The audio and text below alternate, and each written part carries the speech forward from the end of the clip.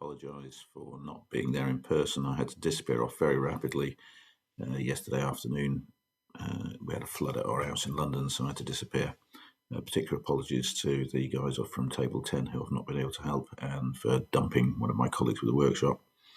I'm actually going to deliver my talk pre-recorded that was planned to be given on Friday. And it's on the biological and mechanical considerations in choosing implants. For those of you who don't know me, I'm David Goodyear from the Royal National Orthopaedic Hospital in Stanmore. First thing I would say, declaration of interest. I have previously been a paid shill for Smith & Nephew, talking about many of their new smart TSF. And the other declaration of interest is I've no idea actually what Hemant wants me to talk about in this talk. In non-union and deformity correction surgery, often the biological and mechanical considerations are intimately linked. And this was all looked at many years ago. The basic biology of distraction osteogenesis was looked at many years ago by Ilizarov himself in the Siberian Institute in Kurgan. This is when I went. This is myself. I think that's Mark McNally, Chris Andrews, Gavin de Kievert, Simon Royston, Bob Handley. I've forgotten who that is. Mark Churchill, one of the American guys. And this here is the late, great Jim Binsky, who's been a great friend and supporter of all of us here in the BLRS. I just want to put this slide up to acknowledge him. The one person not there is the chap who was my SPR at the time, who's now my consultant colleague for the last dozen years at the Royal National Orthopaedic Hospital, Pete Calder. Unfortunately, I sent him when it was winter rather than nice summer, 30 below. These are the classic papers of Ilizarov, the tension stress effect on the genesis and growth of bone, growth of tissues, parts 1 and 2, and then a paper on clinical applications for leg lengthening. This is Ilizarov with his great hat, and these are the papers he published. And he said this: gradual traction on living tissues creates stresses that can stimulate and maintain the regeneration, active growth of certain tissue structures. And basically this is what we do in trying to get to new bone, but we don't only get new bone, we get new nerve tissue, new skin, new muscle. So it's the growth and regeneration of tissues rather than just bone we must consider. So Ilizarov, he was a person. The Ilizarov frame is a circular frame apparatus. The Ilizarov method is a tension stress effect on the growth and regeneration of tissues. And Ilizarov applications are how the frame and method can be applied. The Ilizarov frame itself, well, initially it was only fine wires, rings and hinges, and it has been heavily adapted since, but nevertheless, this was Kurgan in 2001, I think, and they were still using components that had been around since the 1950s and constantly re-sterilised and reused. It's been adapted since. There's a lot more use of half pins in the Western world. We now have hexapod constructs, spatial type frames, and there are many, many manufacturers all with their own little bells and whistles on it. As you can see, they heavily reuse this in Kurgan. In our practice in the UK, we are single-use disposable in the overwhelming majority of centres, but around the world, most people reuse their components. And the problem with this is there's lots of anecdote, but actually very little science to hang your hat on. What do we do from science? Well, olives actually significantly improve bending, torsion, and stiffness by minimising translation. So if you're worried about translation along a wire and you can't get your wires at 90 degrees to prevent that, then the use of wires with stoppers, or olive wires as we call them, is quite useful. We've looked at tensioning and the actual degree of tensioning necessary. And actually this is requires about 20 Newton meters of torque. The torque spanners on a lot of the sets go to 10, which is enough, but 20 is better. And slotted bolts maintain the baseline tension best used to increase surface area. More modern bolts, bolts used in some of the systems, such as the TL Hex, actually have grooves on the bottom of their slotted fixation bolts to increase the binding force between the wire and the ring. The new Smith & Nephew Smart TSF system also has these. So there's been changes in the way wires are mounted. And in terms of half pins, well, this was originally done by Stuart Green back in 1992, who described this use of special hexagonal blocks, the Rancho cubes. And the idea was to improve implant tolerance because there was less skewering of muscle and therefore better muscle function. And he knew that the Italians had been doing this since the early 80s, but just developed an easier mounting system, the Rancho Cube. But again, he was using divergent pins near and far. And although it wasn't scientifically proven, there was evidence given in that, which is largely anecdotal, of less frame time and less pin site infections. Again, half pins have evolved. Now we have hydroxyapatite coated Schantz pins, and we've looked at these in actual, probably scientific studies and showed no clinical or radiological signs of pin loosening or infection in the HA group, whereas in the control group, there was loosening in about 13% and infection in 20 pins, which is slightly less a percentage. So HA has been proven to reduce the rate of loosening and infection. So how do we attach those Rancho Cubes? We can either use these rusty nuts, as they're often referred to, with an Allen key, or just an ordinary bolt. And we actually did a survey on this at Stanmore and showed that the standard bolt actually works better than the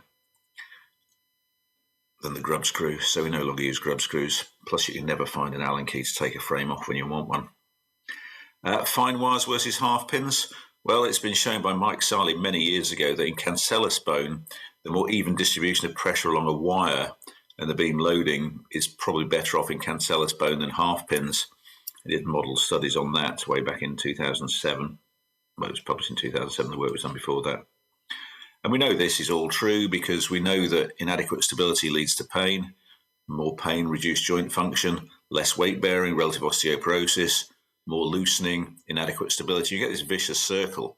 When you start adding infections to that, infection causes further loosening by bone resorption. It's a really sort of spiraling the drain case. So the better you can get your initial stability, the better bone wire or bone pin interface you have, the better you'll do. Some movement is beneficial. We all know about rattle in certain types of frames on the market.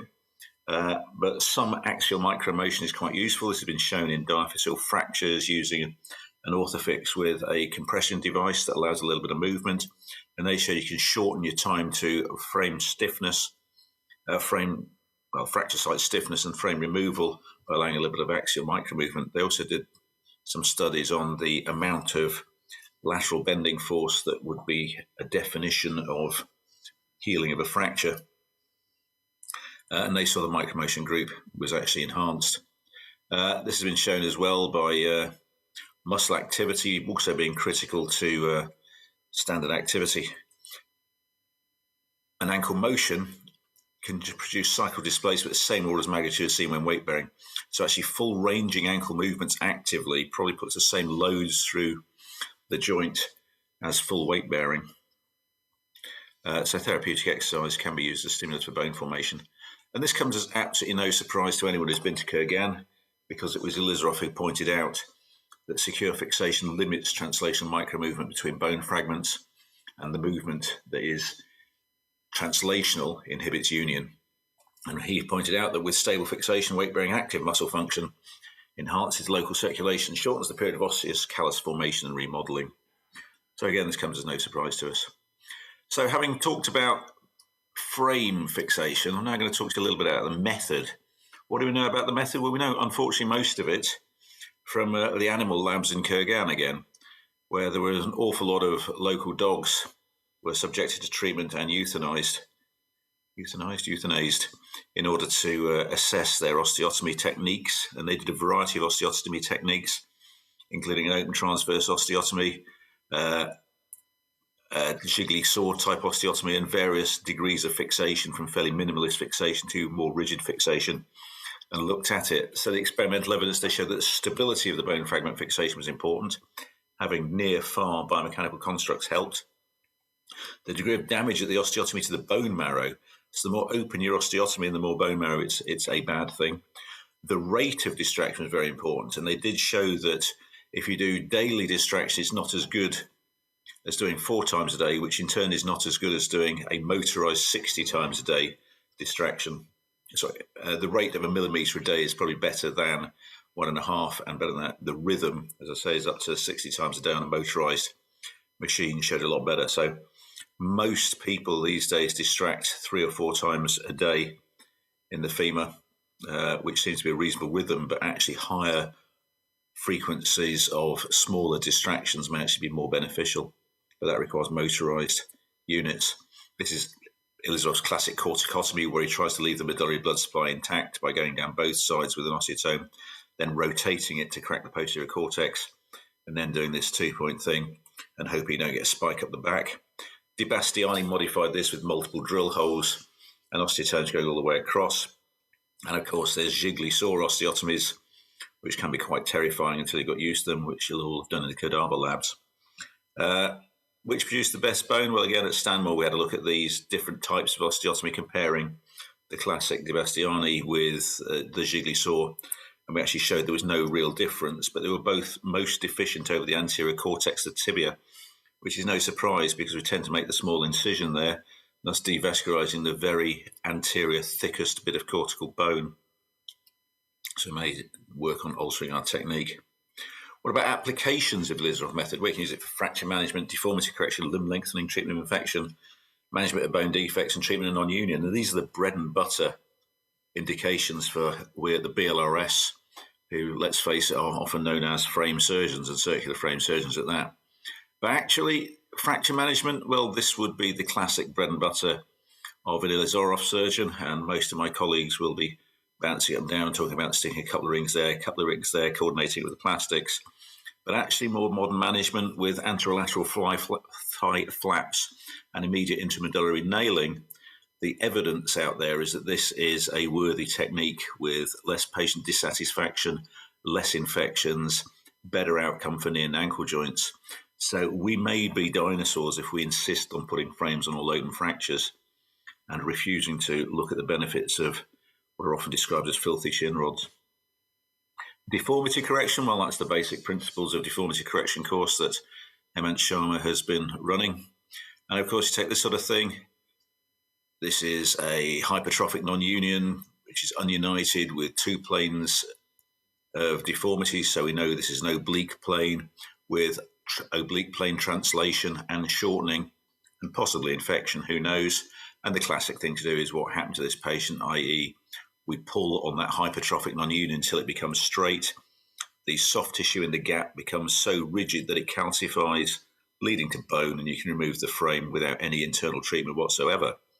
So again, this is classic Ilizarov treatment of deformities, but there are other ways of treating deformities. This is a post-fracture deformity with significant shortening and valgus angulation following a road traffic accident. And what you can do these days is you can correct the parameters of deformities without an external fixator. Now, it's actually relatively easy to correct all the parameters of that deformity with redo intramedullary nailing, except the shortening. So why not do both? Correct the parameters of deformity using an intraoperative hexapodal frame, and then correct the length postoperatively using an intramedullary lengthening implant such as the Precise Nail. And that's exactly what happened here.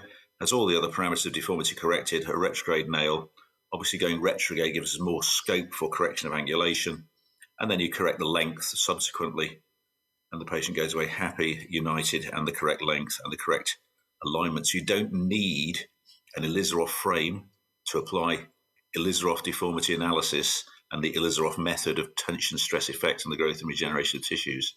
They are separate things. What about bone defects? Well, this is where it gets pretty wild. This is a broken old K-nail. Is it a K-nail or is that an old Gross-Kempf? No, it's Gross-Kempf original. And what you can do is this sort of ridiculous thing where you take the old nail out, has a retrograde nail sticking up from the knee. We compress at the non-union site and distract here. Now, the problem is when you start distracting, you're going to pull the nail in, pull the nail down until it gets too close to the fracture site. So what you do is use extra length of nail such that it sticks up into the muscles above the hip by several centimeters. Then as you distract, it comes and lengthens down whilst this is being actively compressed. If you look at the pin spread here, you'll notice these pins are becoming divergent as there is compression here, and these ones are being pulled apart as you compress the fracture site until you get out to the correct length. Then you just lock your frame off and leave it to consolidate without a frame on. This is what we call the nail and rail technique, and we published this in the BJJ a few years ago. But that's also been superseded by a colleague of ours at the Royal London Hospital, Alex Vriss and team, co-author Johnny Wright, who's one of our colleagues at Stanmore, who've started doing some really ridiculous things with twin plates and using a segmental transport technique by transporting a segment of bone from here all the way down, getting rid of this cement block and reconstructing a femur using a precise nail within an envelope of two plates. And they wrote up the first three that they did, all of whom have been successful. So basically, the purpose of this was to talk about the Ilizarov method in terms of the biological thing and note how it can actually be adapted to using different types of hardware. But there is very little high-quality research about clinical outcomes, and the Ilizarov method is indeed very powerful, but it doesn't always need a circular frame. So I'll stop there and I'll hand you back to Hemant, and apologies again for not being there.